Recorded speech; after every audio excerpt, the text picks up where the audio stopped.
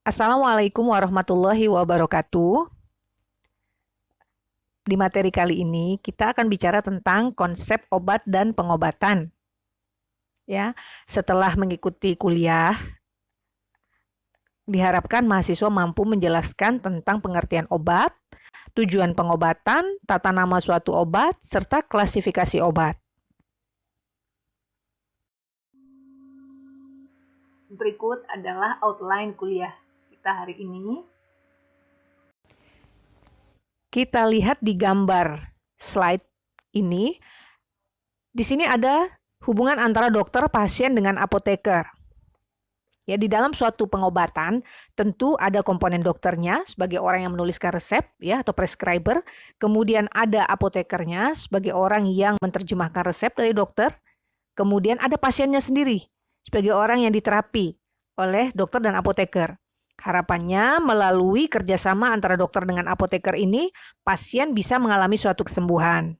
Nah, dokter di sini kita mengenal ada istilah ars prescribendi atau seni menulis resep. Tugasnya adalah mulai dari melakukan anamnesa, ya. Anamnesa itu ya bertanya kepada pasien ya mengenai keluhan, mulai riwayat pengobatan, kemudian banyak hal yang ditanyakan oleh dokter kepada pasien dalam rangka menegakkan diagnosa. Nah, setelah dia melakukan atau dia menentukan diagnosa dari si pasien, lalu dokter ini akan menentukan terapi apa yang akan diberikan kepada pasien. Nah, terapi di sini diwujudkan atau diterjemahkan dalam bentuk resep. Jadi, dokter menuliskan resep. Ingat, pengertian resep adalah permintaan tertulis. Ya, jadi dokter menuliskan terapi yang dia berikan kepada pasien dalam bentuk resep yang diharapkan nantinya akan dibaca oleh apoteker. Tidak hanya dibaca, tetapi diterjemahkan secara menyeluruh oleh apoteker. Makanya di sini ada istilah ars presparandi. Ars presparandi ini adalah seni menyiapkan obat. Siapa yang melakukan? Apoteker. Mulai dari membaca resep, menyiapkan obat, sampai menyerahkan obat. Ingat kembali kepada definisi dari farmasis. Ya. Nah, kerjasama antara dokter dengan apoteker ini ya diharapkan memberikan yang terbaik untuk pasien. Memberikan pengobatan yang terbaik untuk pasien. Ya, sehingga pasien ini bisa dapat obat yang tepat, obat yang rasional, obat yang sesuai dengan kondisinya sehingga dia bisa sembuh. Jadi dalam pengobatan ya, falsafahnya atau konsepnya adalah seperti itu. Kerjasama atau kolaborasi ya antara dokter dengan apoteker, sebenarnya juga dengan tenaga kesehatan lain. Tetapi kita persempit di sini antara dokter dengan apoteker dalam rangka kesembuhan pasien.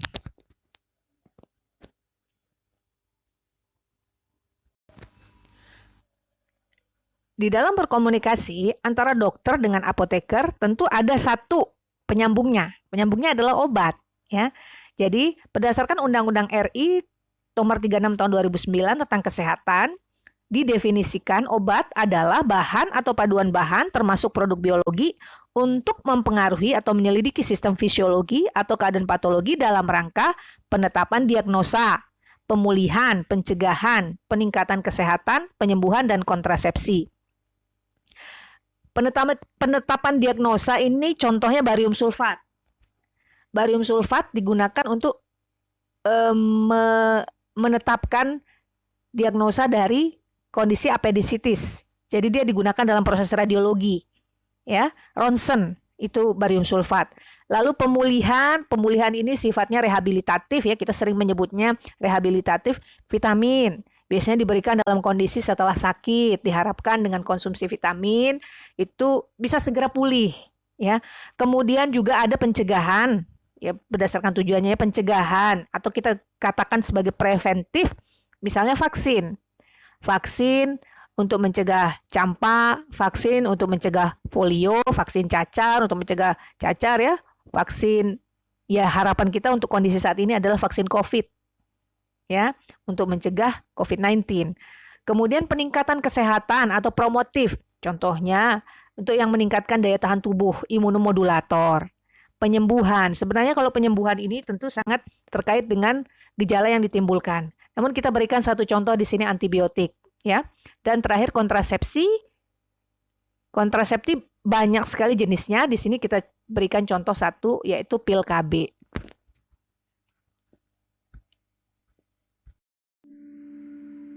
Ini Ini ada tujuan pengobatan ya. Seperti yang sebelumnya, di slide sebelumnya, ini contoh-contohnya. Undang-Undang RI nomor yang sama, yaitu nomor 36 tahun 2009 juga mencantumkan definisi obat tradisional. Jadi obat tradisional merupakan bahan atau ramuan bahan yang berasal dari tumbuhan, bahan hewan, bahan mineral, sediaan sarian atau galenik ya, atau campuran dari bahan-bahan tersebut yang secara turun-temurun digunakan untuk pengobatan dan dapat diterapkan sesuai dengan norma yang berlaku di masyarakat. Itu berdasarkan Undang-Undang Nomor 36 Tahun 2009. Nah, obat tradisional ini berdasarkan keputusan Kepala Badan Pengawas Obat dan Makanan Republik Indonesia nomor HK 00054241 tahun 2004 dibedakan menjadi 3, yaitu jamu, obat herbal terstandar, dan fitofarmaka. Logonya adalah sebagai berikut ya.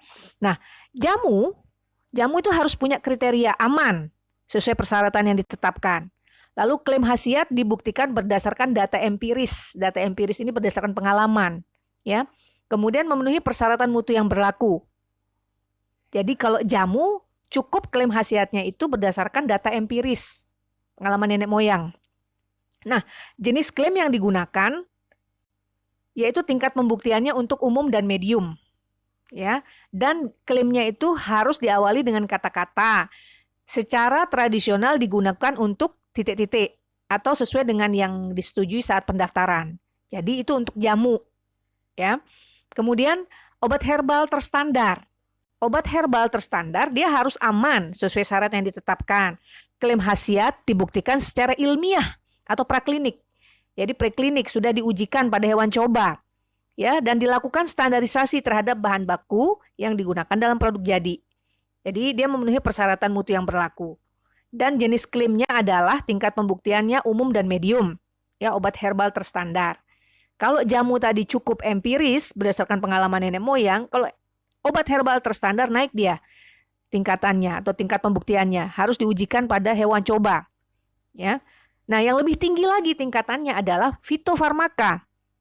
Jadi ini tingkatan tertinggi untuk obat tradisional, yaitu aman ya sesuai dengan persyaratan yang ditetapkan, klaim khasiat dibuktikan berdasarkan uji klinik. Jadi sudah diujikan pada manusia.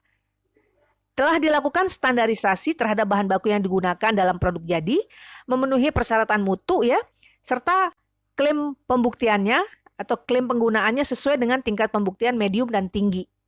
Nah, jadi kalau obat tradisional, jamu itu paling bawah, paling rendah tingkatannya ya, cukup berdasarkan pengalaman.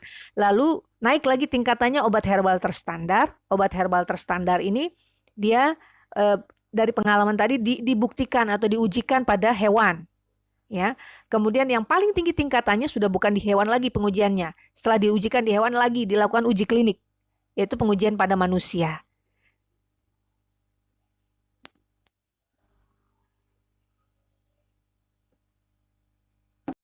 Tata nama obat atau drug nomenklatur. Kadangkala kita mengenal beberapa istilah atau beberapa nama obat yang ditujukan untuk satu jenis obat. Ya. Jadi ternyata obat itu punya beberapa nama untuk mengidentifikasi dirinya. Yang pertama ada namanya chemical name atau IUPAC name, ya. Lalu ada non-proprietary name atau generic name atau official name atau nama resmi ya. Lalu ada juga yang terakhir proprietary name atau brand name, nama dagang atau nama paten. Ya, contohnya di sini. Kalau untuk chemical name contohnya adalah N4 hidroksifenil asetamid. Itu adalah nama kimia dari paracetamol. Ya. Kalau generic name-nya apa? Paracetamol atau acetaminophen. Lalu proprietary name-nya apa atau brand name-nya apa? Banyak sebenarnya, tapi salah satu contohnya adalah Panadol. Ya, ini ada drug nomenklatur atau tata nama obat. Nah, sekarang coba kita melihat cirinya atau identifikasi dari nama-nama tersebut. Yang pertama adalah nama kimia atau chemical name. Nama kimia atau chemical name itu diberikan ketika entitas kimia itu baru ditemukan dan namanya ini harus mengikuti aturan IUPAC ya. International Union of Pure and Applied Chemistry. Jadi ada aturan tata nama secara kimia yang menggambarkan struktur kimia dalam molekul, ya, struktur kimia atom dalam molekul. Dan chemical name atau nama kimia ini tidak digunakan untuk identifikasi obat secara klinis. Jadi dokter dalam meresepkan atau dalam menyebutkan obat dia tidak menyebutkan nama kimianya. Lalu ada yang kedua, non-proprietary name atau generic name sering kita sebut ya. Ini nama singkat yang diberikan oleh satu badan. Ya contohnya ya United States Adopt Name Council ya. Kemudian ada British Approved Name ya. Disebut juga sebagai nama generik, disetujui oleh Komite Nasional Farmakope dan dia tercantum di dalam farmakope. Ya, contoh yang tadi paracetamol ya. Kemudian proprietary name atau proprietary name ini adalah nama dagang atau bisa disebut nama paten atau trade name, brand name. Ya, dan biasanya selain nama generik tadi, prescriber menuliskan proprietary name ini di dalam resepnya. Jadi ini adalah nama yang diberikan oleh perusahaan farmasi yang didaftarkan, ya, yang didaftarkan untuk dijualnya itu. Ini namanya proprietary name.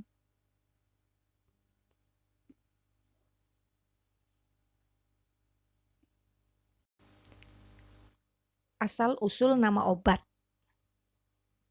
Jadi dari mana sih nama obat itu diambil? Ada beberapa asal usulnya. Yang pertama dari sifat bahan obat. Contoh di sini kita bisa lihat parafin cair, ya, atau liquid parafin, berarti bentuknya cair, sifatnya cair. Atau yang kedua parafin sodium atau hard parafin, bentuknya padat, yang di tengah. Lalu sifatnya setengah padat, soft parafin. Kemudian ada juga yang berdasarkan cara pembuatan. Di sini ada 3 macam sulfur. Jadi 3 macam sulfur ini dibuat dengan proses yang berbeda-beda. Ada proses sublimasi, ya. Jadi di sini contohnya sulfur sublimatum, proses pengendapan, sulfur precipitatum yang di tengah, dan proses pemurnian, sulfur depuratum. Berdasarkan warna, bahasa Latinnya putih itu album, ya. Jadi vaselin album, vaselin putih. Ada juga yang plavum, vaselin kuning. Sini bisa kita lihat, yang putih album ya, yang kuning plavum. Ada juga dari asal negara. Di sini contohnya balsam Peru ya, balsamum peruvianum atau Peru balsam. Asalnya dari negara Peru. Lalu berdasarkan khasiat atau kegunaan. Jadi di sini contohkan Posio nigra contratusim atau obat batuk hitam. Jadi kita mengenal ada namanya resep standar untuk membuat obat batuk hitam. Nah, di tabel atau di kotak kuning ini ditampilkan Posio nigra contratusim, ya resepnya terdiri dari Solucio amoni spirituosa anisata dan lain sebagainya. Bahan-bahan itu dicampur hingga terjadilah atau kita dapat membuat obat batuk hitam atau Posio nigra contratusim. Tapi untuk zaman sekarang ini resep standar sudah sangat jarang sekali digunakan atau diracik kembali ya. Jadi obat-obat sudah ada dalam bentuk jadi.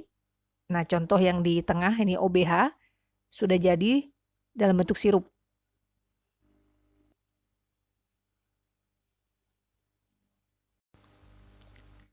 Klasifikasi obat atau penggolongan obat itu banyak sekali jenisnya, ya, banyak sekali dasarnya.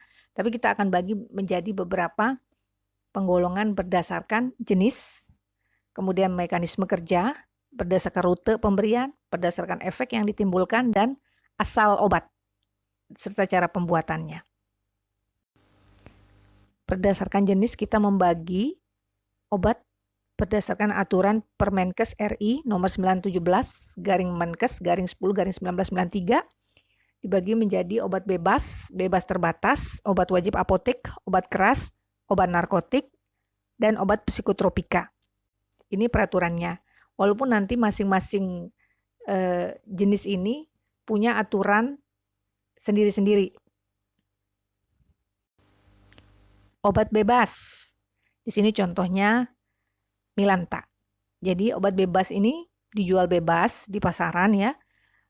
Dapat dibeli tanpa resep dokter, paling aman, sama digunakan untuk mengobati atau meringankan gejala penyakit. Simbolnya adalah lingkaran hijau dengan garis tepi berwarna hitam.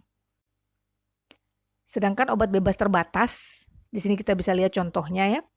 Itu adalah obat yang dalam jumlah tertentu aman dikonsumsi. Tidak boleh terlalu banyak ya, karena bisa menimbulkan efek yang berbahaya. Dan bisa diberikan tanpa resep dokter. Disimbolkan dengan lingkaran biru ya. Lingkaran biru garis tepi hitam. Dan untuk obat bebas terbatas ini ada aturan peringatan. Jadi peringatan nomor 1 sampai dengan nomor 6. Jadi di kemasannya itu untuk obat bebas terbatas selalu ada peringatan. Baik peringatan nomor 1 sampai peringatan nomor 6.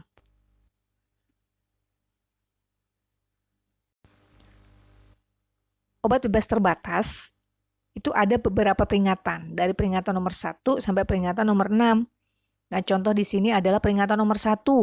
Awas obat keras, bacalah aturan pakainya. Contohnya di Colgen.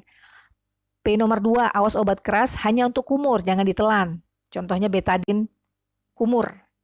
Peraturan nomor 3 atau peringatan nomor 3, awas obat keras hanya untuk bagian luar dari badan. Di sini ada contoh ultrasilin ya, krim ya. Kemudian nomor 4, awas obat keras hanya untuk dibakar. Jadi di sini ada namanya sigaret asma. Jadi rokok tapi untuk asma. Gitu ya. Kemudian nomor 5, awas obat keras tidak boleh ditelan. Contohnya di sini bentuk suppositoria. Dan yang terakhir, awas obat keras, obat wasir jangan ditelan. Contohnya superweight. Jenis berikutnya adalah obat keras. Obat keras di sini ada 2. Yang pertama adalah obat keras yang harus dengan resep dokter. Jadi dia dapat diperoleh di apotek, puskesmas, dan fasilitas pelayanan kesehatan lainnya. Kemudian ada juga obat keras yang disebut dengan nama obat wajib apotek. Obat wajib apotek ini bukanlah obat yang wajib ada di apotek. Ini sering salah kaprah. Ya, sering salah pengertian. Jadi obat wajib apotek bukan obat yang wajib ada di apotek. Tetapi obat wajib apotek adalah obat keras yang dapat diserahkan oleh apoteker pengelola apotek tanpa resep dokter. Ya, jadi ingat, obat keras ini ada 2. Ada yang harus dengan resep dokter, ada yang dapat diserahkan oleh apoteker pengelola apotek tanpa resep dokter, yang dinamakan obat wajib apotek. Nah, obat wajib apotek ini sendiri ada beberapa peraturan, ada beberapa daftar ya, yaitu OA nomor 1, OA nomor 2, dan OA nomor 3. Ini ada beberapa peraturannya. Dan masing-masing OA itu mencantumkan nama obat, ya, mencantumkan nama obat, kemudian juga di dalam OA itu dicantumkan berapa yang boleh ya jumlah tiap jenis obat per pasien. Jadi ada batasannya untuk OA. Ya, ada nama obat, kelas terapinya, ya, untuk indikasinya untuk apa, kemudian pembatasannya, artinya dapat diberikan oleh apoteker di apotek ya tanpa resep dokter, tapi ada jumlah maksimal tiap jenis obat per pasien, jadi nggak boleh sembarangan, ada aturannya. Nanti di slide berikutnya kita bisa lihat contoh atau lampiran OA nomor 1, OA nomor 2, dan OA nomor 3. Jadi nanti Anda bisa lihat beberapa contoh obatnya. Berikut ini lampiran dari SK Menkes ya, tentang OA nomor 1 juga OA nomor 2. Jadi ada kelas terapi, nama obat, indikasi, jumlah tiap jenis obat per pasien ya. Serta ada catatannya. Kemudian di OA nomor 2 ada sedikit perbedaan ya dalam hal penyampaian informasi yang disiapkan. Ini lampiran OA nomor 3. Di sini lebih singkat lagi, nama dan jumlah tiap jenis obat per pasien. Masih penggolongan berdasarkan jenis. Ada jenis psikotropika, ada undang-undangnya tersendiri, yaitu Undang-Undang nomor 5 tahun 97, ini awalnya. Kemudian ada lagi undang-undang berikutnya yang semakin diperbaharui gitu ya. Tapi ini dasarnya Undang-Undang Nomor 5 Tahun 97, definisinya adalah zat atau obat baik alamiah maupun sintetis bukan narkotika yang berkhasiat psikoaktif melalui pengaruh selektif pada susunan saraf pusat yang menyebabkan perubahan khas pada aktivitas mental dan perilaku. Ini psikotropika definisinya. Pembagian psikotropika atau penggolongan psikotropika itu dibagi menjadi 4 golongan, ya, berdasarkan tujuan, potensi. Ya, tujuannya kalau golongan 1 itu untuk ilmu pengetahuan dan tidak untuk terapi. Potensi ketergantungannya amat kuat. Golongan 2 untuk ilmu pengetahuan sama berhasiat pengobatan, ya, punya khasiat pengobatan dan atau bisa digunakan untuk terapi. Potensi ketergantungan kuat. Yang ketiga, untuk ilmu pengetahuan ada khasiat pengobatan dan mulai banyak digunakan dalam terapi, potensi ketergantungan sedang. Sama yang terakhir, yang keempat, ini bisa digunakan untuk ilmu pengetahuan, ada khasiat pengobatan dan luas digunakan untuk terapi. Dan potensi ketergantungannya atau potensi sindrom ketergantungannya ringan. Contoh-contohnya ada di tabel. Berikutnya adalah golongan narkotika atau jenis narkotika. Undang-undangnya tersendiri, Undang-Undang Nomor 2 Tahun 1997. Definisinya adalah zat atau obat yang berasal dari tanaman atau bukan tanaman, ya, sintesis atau semisintesis yang dapat menyebabkan penurunan atau perubahan kesadaran, mengurangi sampai menghilangkan rasa nyeri, dan dapat menimbulkan ketergantungan. Nah, untuk narkotika sendiri, simbolnya bisa kita lihat di sini ya, khas simbol dari narkotika. Berdasarkan golongannya, ya, narkotika dibagi menjadi 3, golongan 1, golongan 2, dan golongan 3. Itu berdasarkan tujuan dan potensi ketergantungan. Jadi golongan 1 itu hanya untuk ilmu pengetahuan, tidak untuk terapi, dan potensi ketergantungan sangat tinggi. Golongan 2 itu untuk ilmu pengetahuan dan pengobatan tapi sebagai pilihan terakhir, potensi ketergantungan tinggi. Golongan 3 untuk ilmu pengetahuan dan mulai banyak digunakan untuk terapi, potensi ketergantungannya ringan. Contoh-contohnya sudah ada di tabel. Berikut adalah klasifikasi obat berdasarkan mekanisme kerjanya. Jadi, obat bisa bekerja pada penyebab penyakit. Contohnya di sini adalah antifungi, kalau penyebabnya jamur. Kemudian kalau penyebabnya bakteri, antibakteri. Kalau penyebabnya virus, antivirus. Ya. Kemudian berdasarkan mekanisme yang lain adalah bekerja untuk mencegah kondisi patologis dari penyakit. Jadi dia fungsinya sebagai pencegahan, contohnya vaksin. Kemudian obat juga bekerja simptomatik. Ada jenis yang kerjanya simptomatik, jadi hanya mengatasi gejala. Contoh, analgetik untuk mengurangi rasa sakit. Ya. Lalu ada juga yang bekerja menambah atau mengganti fungsi-fungsi zat yang kurang. Contohnya kalau kurang vitamin ya diberikan vitamin. Kalau gangguan hormon, kurang hormon diberikan obat dalam bentuk hormon. Lalu ada juga placebo namanya. Placebo ini tidak mengandung zat aktif, ya. Contohnya di dalam pil KB itu selain dia mengandung zat aktif, ada tablet atau ada pil, ya, ada bagian yang tidak mengandung zat aktif yang dinamakan placebo. Berdasarkan rute pemberian, kita mengenal rute pemberian entral. Entral ini artinya melalui mulut dan masuk melalui saluran cerna, gitu. Masuk menuju ke saluran cerna. Jadi ada secara oral, ya, ada sublingual di bawah lidah, ada bukal di antara pipi dengan gusi. Lalu pemberian secara parentral. Parentral ini pemberian dengan menggunakan suntikan, menyuntikkan obat ke dalam jaringan tubuh. Ada intravena yang langsung masuk ke sirkulasi sistemik, ada intramuskular lewat otot, ya. Ada juga subkutan di bawah kulit. Selain itu ada juga rute pemberian lainnya, inhalasi, inhale melalui saluran nafas, topikal bisa melalui permukaan kulit, ya, transdermal juga melalui permukaan kulit, ya. Topikal selain topikal melalui kulit, mata juga bisa dikategorikan topikal, ya, penggunaan tetes mata. Dan rektal melalui anus. Di slide-slide berikutnya akan diberikan beberapa contoh gambar penggunaan obat-obat berdasarkan rute pemberiannya.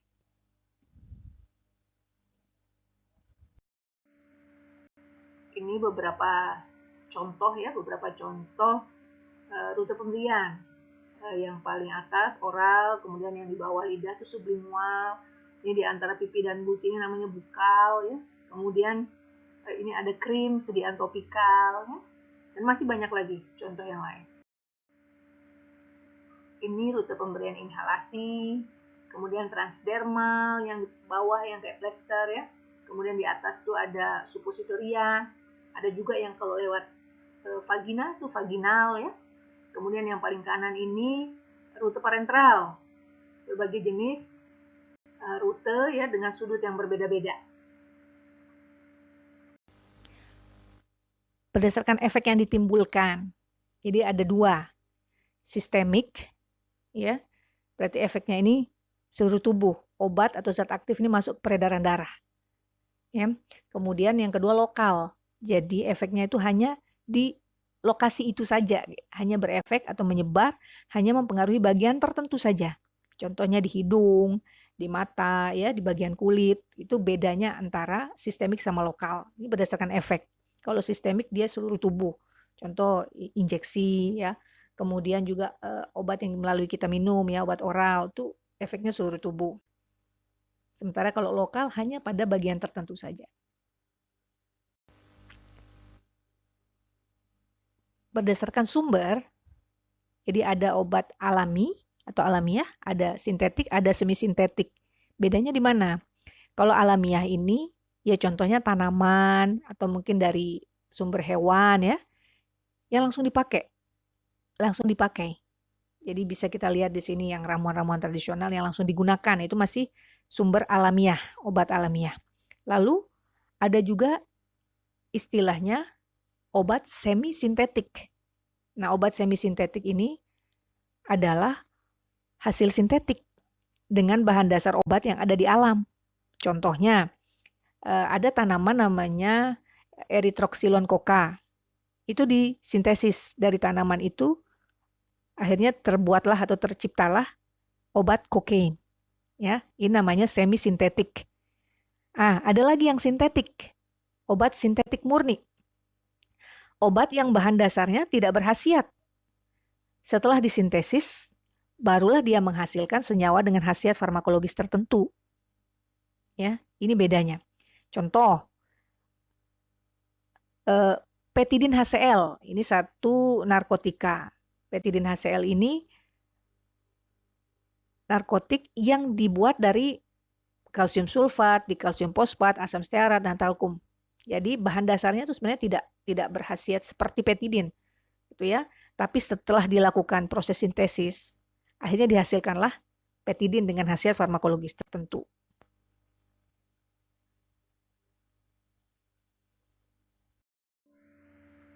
Nah, ini sedikit tambahan tentang obat paten dan obat generik. Sudah ada klasifikasinya. Dapatkah Anda menjelaskan bedanya? Berikut ini adalah contoh generik berlogo, generik bermerek, dan obat paten.